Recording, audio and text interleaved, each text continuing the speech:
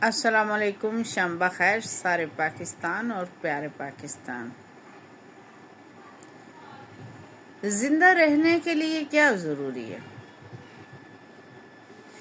ایک تو جب تک ہماری زندگی ہے، یہ ہمارا ایمان ہے، تب تک ہم جو ہے نا موت کا مزہ کیسے چکھ سکتے ہیں؟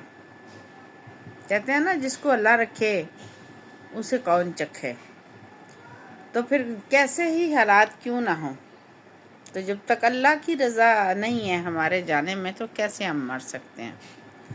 اور دوسری چیز ہے قوت ارادی۔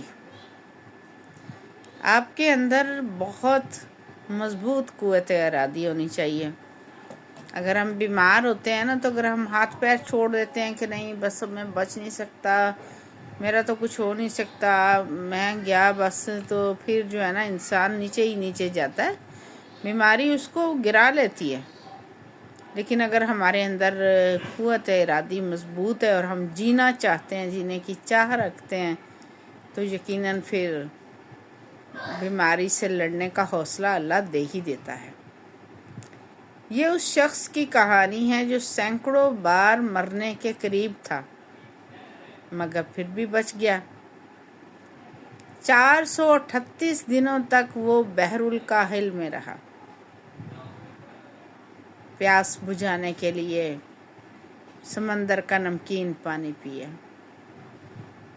حالانکہ یہ پانی پینے سے جسم کے اندر پانی کی مزید کمی ہو جاتی ہے۔ اس کے ساتھ اس کا ایک دوست تھا، اس نے اس کو مرتے دیکھا،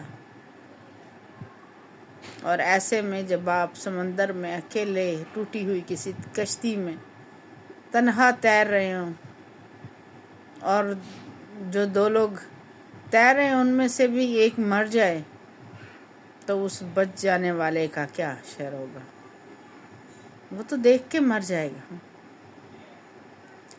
لیکن پھر بھی اس نے اپنے اندر حوصلہ مضبوط رکھا۔ اس نے لاش کے ساتھ وقت گزارا، لیکن جو چیز اس کو زندہ رکھے ہوئی تھی نا، وہ اس دیوانے کا ایک وعدہ تھا جو اس نے اپنی ماں سے کیا تھا۔ اور یہ کہانی ہمیں انسان کی حیران کن قوت ارادی اور حوصلے کا سبق دیتی ہے کہ جب آپ کے پاس جینے کی کوئی وجہ نہ ہو نا، تو اپنے لیے کوئی وجہ پیدا کر لیں، اور اگر آپ کے پاس جینے کی کوئی وجہ ہوگی نا تو آپ سروائیو کر جائیں گے۔ آپ ناقابل یقین حالات میں بھی لڑ جائیں گے۔ انسان کے اندر چھپی ہوئی طاقت اس کے لیے گواہی بن جائے گی۔ اور یہ ایک طوفان سے شروع ہوا۔ نومبر 2012 میں خوسو سالواڈور سے الوارینگا اور اس میں ایک نوجوان ساتھی میکسیکو کے ساحل سے ایک عام سی مچھلی پکڑنے کی مہم پر نکلے، چھوٹی کشتی پر، معمولی سی، مگر ایک طوفان نے ان کی کشتی کا انجن اور نیویگیشن سسٹم کو تباہ کر دیا۔ اب وہ سمندر کے بیچوں بیچ پھنس چکے تھے اور ان کے سامنے ایک ایسا ڈراؤنا خواب تھا جو 1 سال تک جاری رہا۔ الوارینگا کی زندگی کا انحصار اس کی فوری سوچ اور حالات کے ساتھ ڈھلنے کی صلاحیت پر تھا۔ اس نے کولر کو الٹا کے پناہ گاہ بنا لیا تاکہ سورج اور بارش سے کچھ نہ کچھ بچاؤ ہو سکے۔ پیاس بجھانے کے لیے کبھی کچھوے کا خون پیتا، کبھی اپنا یورین۔ لیکن یہ تو آغاز تھا، اصل کہانی اس کے بنائے ہوئے ناقابل یقین خود ساختہ سروائیول طریقوں کی ہے جنہوں نے اسے موت کے منہ سے واپس کھینچا۔ جب ہفتے مہینوں میں بدلنے لگے تو الوارینگا نے ناقابل یقین ہنر سیکھ لیا۔ جس کا عام انسان تصور بھی نہیں کر سکتا۔ ننگے ہاتھوں سے اس نے مچھلی پکڑنا سیکھ لیا، زہریلے سمندری پرندوں کا خون پینے لگا۔ اس کے لیے کچھ پانی اور توانائی اس کی جسم کو مل جائے، یہاں تک کہ کھانے کو بھی قابل بنا لیا۔ جیلی فش سب سے بڑی جنگ جسمانی نہیں تھی، اصل جنگ تو ذہنی تھی۔ بالکل تنہا ہونا، خوف، امید کا ٹوٹنا، یہ وہ دشمن تھے جن سے وہ ہر روز لڑتا تھا، اور صرف ایک مضبوط ذہن ہی اسے زندہ رکھ سکتا تھا۔ تنہائی ایسی چیز ہے جو بڑے سے بڑے مضبوط انسان کو بھی توڑ دیتی ہے۔ الواریگا کا نوجوان ساتھی اس اذیت کو زیادہ دیر برداشت نہ کر سکا اور چند مہینوں میں وہ دم توڑ گیا۔ اب الواریگا اکیلا رہ گیا تھا اور مر جانے کی ہر وجہ موجود تھی، مگر جینے کی کوئی وجہ ڈھونڈنا ضروری تھا۔ اسی لیے اب اس نے اپنے ذہن میں ایک خیالی دنیا بنا ڈالی۔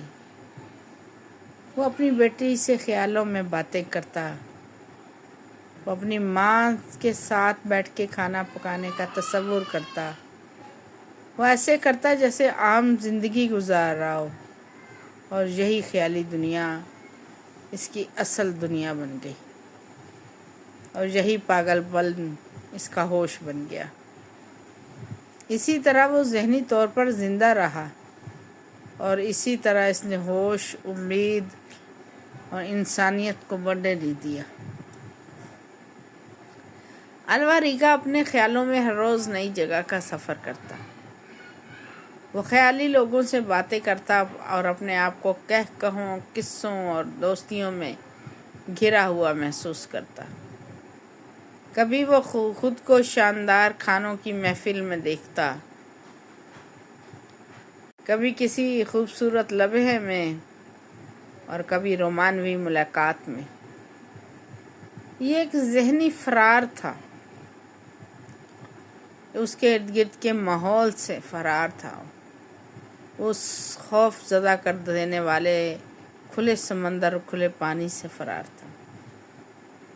یہ تخیلات اس کے لیے اتنے ہی ضروری تھے جتنے پانی اور خوراک، کیونکہ جسم تو جیسے تیسے زندہ رہ سکتا ہے، مگر دماغ کو زندہ رکھنے کے لیے امید اور تخیل ضروری تھا۔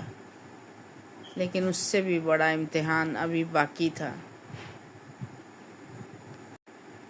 وہ لمحہ جب زمین، انسان اور حقیقت سب کچھ اس کے سامنے دوبارہ سامنے آئیں گے، تو سوال یہ تھا کہ کیا وہ واپس معمول کی دنیا میں جینے کے قابل رہے گا بھی یا کہ نہیں۔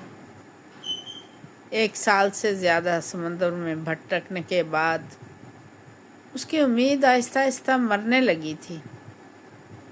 بے شمار کشتیاں اس کے قریب سے گزری، مگر کسی نے اس کو نہیں دیکھا۔ پارٹ نمبر 1 الواریگا کی کہانی کا پارٹ نمبر 2 انشاءاللہ بہت جلد دوبارہ پیش کریں گے۔ لیکن دیکھیں، یہ کہانی تبھی وجود میں آئی جب الواریگا زمین پر پہنچ گیا اور اس نے اپنی کہانی سنائی، یعنی کہ وہ بچ نکلا تھا۔ آپ سب کا بہت شکریہ، اور جناب میرے چینل کو کر دیا کرے سبسکرائب، اور کہانی کے اوپر آپ کیا کمنٹ کرتے ہیں میں کروں گی انتظار۔ آپ سب کا بہت شکریہ۔ اللہ نگہبان۔